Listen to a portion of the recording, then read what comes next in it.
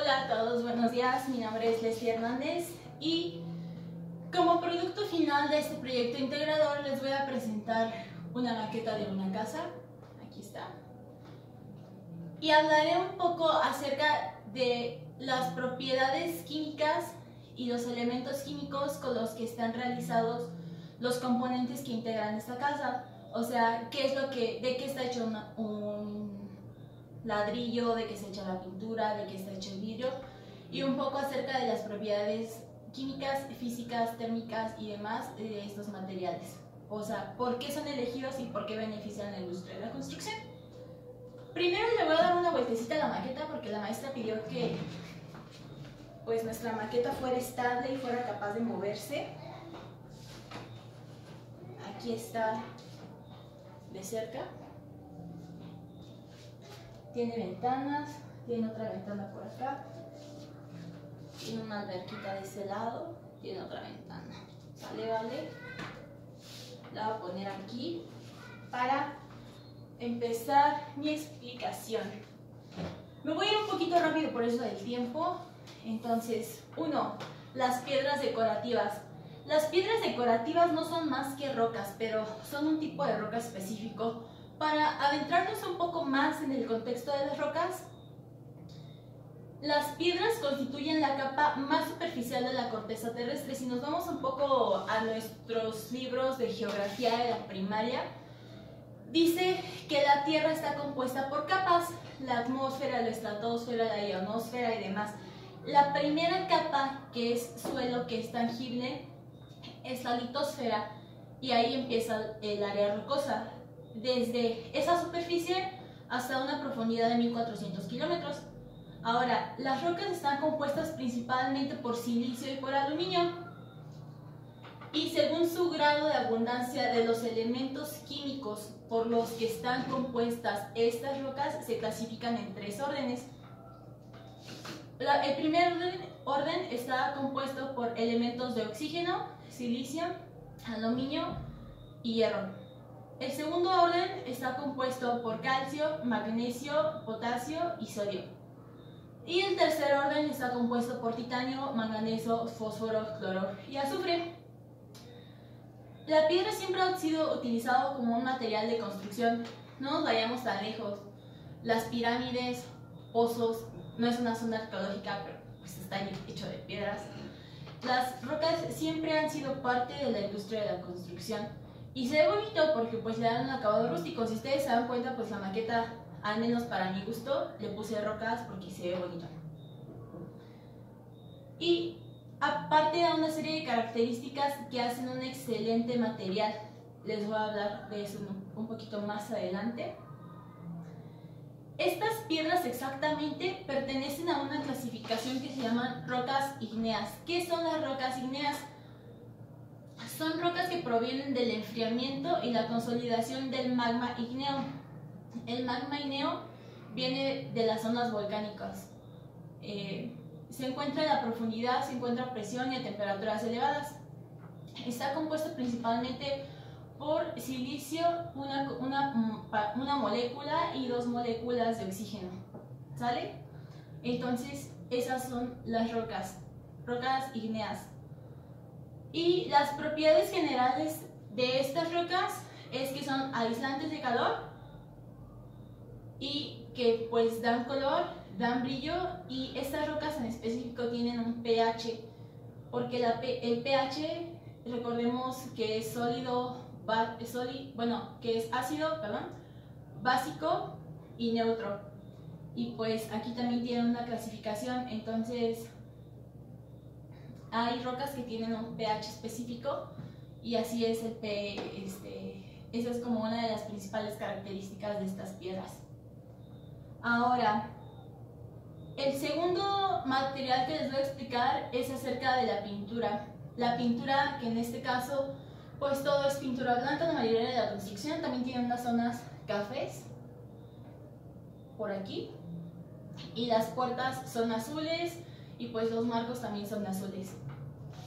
La pintura es una mezcla heterogénea de componentes que una vez aplicada y secada se transforma en una película de espesor más o menos uniforme, sin pegosidad al tacto y con las características o aptitud uso al que ha sido diseñado. ¿Cuáles son los componentes principales de la pintura? La pintura está realizada con resinas o polímeros. Después tiene cargas, fillers o componentes de relleno que pues también le dan como ciertas características que les voy a explicar más adelante. Pigmentos, que son compuestos orgánicos e inorgánicos. Recordamos el semestre pasado estuvimos viendo una unidad sobre química orgánica y química inorgánica y sobre polímeros, entonces esas son aplicaciones que van un poco más hacia ese foco de la química orgánica. También la pintura lleva solventes o disolventes, principalmente son aguas, alcoholes, cetonas, ésteres aromáticos u otros productos de naturaleza orgánica. Otra vez regresamos a la química orgánica. Y aditivos al final que pues aportan más características a la película, como el secado final, que tanto tiempo tarda en secarse, que la pintura se conserve en condiciones de almacenaje, etc. Ahora, ¿cuáles son las propiedades generales de esta pintura? Las propiedades químicas generales son el peso específico, el índice de refracción, que recordamos que es una propiedad óptica, la morfología y distribución de la partícula, la absorción del aceite, grado de humectación, dispersión del pigmento. Esas son como propiedades más específicas que se tienen que realizar en pruebas de laboratorio para determinar la concentración y especificación de la pintura que esté de acuerdo a los parámetros de calidad. Propiedades que ya nos son un poquito como más familiares serían el color, viscosidad, dureza, elasticidad, adherencia, resistencia a los solventes y corrosión. Inflamabilidad también, recordemos que pues tiene solventes y que los solventes son inflamables. Ahora, como tercer elemento, la herrería decorativa en puertas y en ventanas. Aquí en los marcos de las ventanas, que están hechos como de herrería, es lo que simulan aquí en esta parte. La herrería decorativa se fabrica con acero al carbono. El acero al carbono es una mezcla de hierro y de carbono que generalmente no supera el 1%. El aumento del contenido de carbono dentro del acero eleva su resistencia mecánica y la dureza, incrementa el índice de fragilidad en frío y hace que disminuya la tecnicidad y la ductilidad. Entonces, los aceros con bajo carbono son blandos y poco resistentes. En cambio, si añadimos otro tipo de elementos a nuestra mezcla de hierro, pues se puede contaminar o puede tener propiedades más específicas. El acero que se usa para los perfiles industriales, los de construcción, es totalmente diferente al acero que se utiliza para la herrería de una ventana, que es súper diferente al acero con el que están construidas las máquinas en una línea de producción, o el acero de los desarmadores. Todo eso son mezclas que están diseñadas específicamente, ya sea con más silicio, manganeso, azufre, fósforo, oxígeno, hidrógeno, para una causa específica. En este caso, para la herrería de una puerta o la herrería de una ventana se utiliza acero al carbono, porque pues son más soldables, más baratos, son más resistentes, tienen más tenacidad, ductilidad, maleabilidad, soldabilidad, conductividad térmica y conductividad calorífica, que recordamos que los metales pues son conductores tanto de electricidad como de calor. Siguiendo con los materiales, les voy a hablar acerca de los ladrillos. Aquí pues no hay ladrillos, pero pues los muros están construidos de ladrillo y los ladrillos después están pintados. Vaya, y están unidos con cemento. Entonces, los ladrillos son unidades rectangulares, todos hemos visto un ladrillo, que están compuestos de sílice, que es arena, y alumina, que es arcilla. Los 6 componentes principales para la mezcla de un ladrillo son sílice, alumina, que es una mezcla de aluminio y oxígeno, La sílice es una mezcla de sílica y oxígeno, bueno, silicio y oxígeno. Óxido de hierro también lleva en un 8%, que es fierro y oxígeno. Magnesia en 5%. La magnesia también es un colorante, le da el tinte amarillo, es una mezcla de magnesio y de oxígeno. Y lleva cal, la cal es calcio y es oxígeno. Entonces estos componentes, principalmente la sílice en 55% y el aluminio en 30%, integran un ladrillo. Si nos damos cuenta, pues todo es química, todos son elementos químicos y todas son preparaciones, ¿vale? ¿Cuáles son las propiedades generales de los ladrillos? Son la resistencia a altas temperaturas y a bajas temperaturas también. Los ladrillos son aislantes acústicos y aislantes térmicos. Si estamos dentro de una habitación hecha de ladrillos 100%, es bastante probable que se omita, que se aísle totalmente el ruido de afuera. Y también son resistentes a la compresión. Un elemento más es el cemento. El cemento es un material aglutinante que presenta propiedades principalmente de adherencia y de cohesión. Permite la unión de fragmentos minerales entre sí, formando un todo compacto. ¿Cuáles son los ingredientes o los elementos químicos con los que está formado el cemento? Es el óxido de calcio, aportado por la cal, otra vez la cal, que es calcio y es oxígeno. Dióxido de silicio, sí, otra vez el silicio aquí y el oxígeno. Óxido de aluminio, que es aluminio con oxígeno, y óxido de hierro, fierro y oxígeno. Como regulador de fraguado, o sea, el yeso, también lleva azufre y lleva oxígeno. Las propiedades generales del cemento son maleabilidad, fuerza compresiva y gravedad específica y densidad.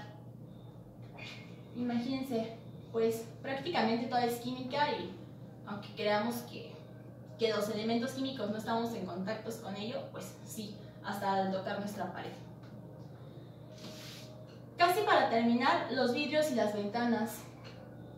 Por aquí, de este lado de la maqueta, hay una ventana. Aquí.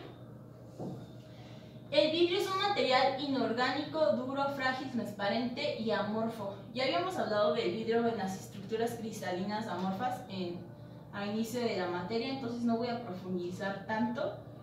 Los principales componentes del vidrio es la sílice, otra vez la sílice, y también la caliza, que es calcio y que es oxígeno. También lleva manganeso y lleva carbono. Los colorantes que le dan, ahora vaya la redundancia, color al vidrio, son el óxido de cobalto, este ya se los había mencionado en una exposición a inicio del parcial, el óxido de cromo y la pirita color topacio, que pues también tiene propiedades de color. ¿Cuáles son las propiedades generales del vidrio? La transparencia, la conductividad térmica, porque si ustedes calientan un vidrio pues se pueden quemar, el vidrio absorbe el calor y lo transmite. El índice de refracción, que va referente a la proyección de la luz, y la tensión superficial en el momento de que estamos golpeando el vidrio. Y para terminar la presentación de esta maqueta, les voy a hablar acerca de un generador de energía, que es ese ventiladorcito que está ahí. ¿Por qué quise ponerle un generador de energía a la maqueta? Bueno, en la última parte de este último parcial estábamos viendo acerca del impacto de la electricidad y la química. ¿Cuál es la relación? Primero hay que entender que la electrónica en sí se refiere a todo lo que está vinculado con un electrón. Y ahora, ¿qué es un electrón? Es una partícula que está dentro de una órbita en un átomo, y los átomos componen la materia es química, es el análisis, entonces todo se relaciona. ¿Cuál es la relación química-electricidad?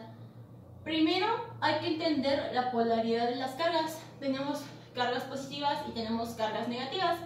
La carga negativa es cualquier molécula a la que se le ha metido un electrón a la fuerza, ¿sale?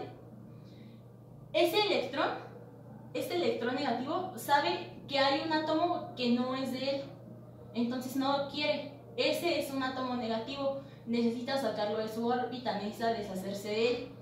Al contrario de la carga positiva es cualquier átomo al que se le quitó un electrón y ahora tiene un hueco. Entonces tengo mi carga positiva, mi carga negativa, se atraen porque se necesitan, el negativo necesita al positivo, y cuando se atraen, se tocan, el electrón negativo se va a pasar al lado positivo, y cuando se mueve justamente ese electrón, se genera una corriente y ahí se genera la electricidad, ¿sale?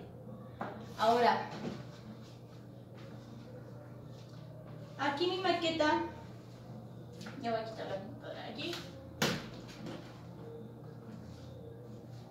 tiene un techo desplegable, tiene un par de LEDs, unos focos, y tiene un generador de energía. No sé si se alcanza a ver ahí.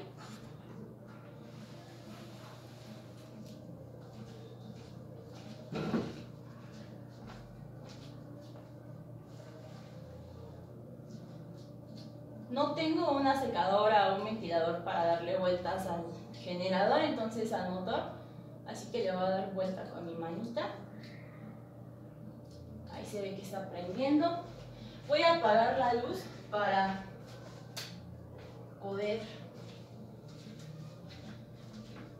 hacer que se aprecie mejor. Y pues ahí está Party House, ¿sale?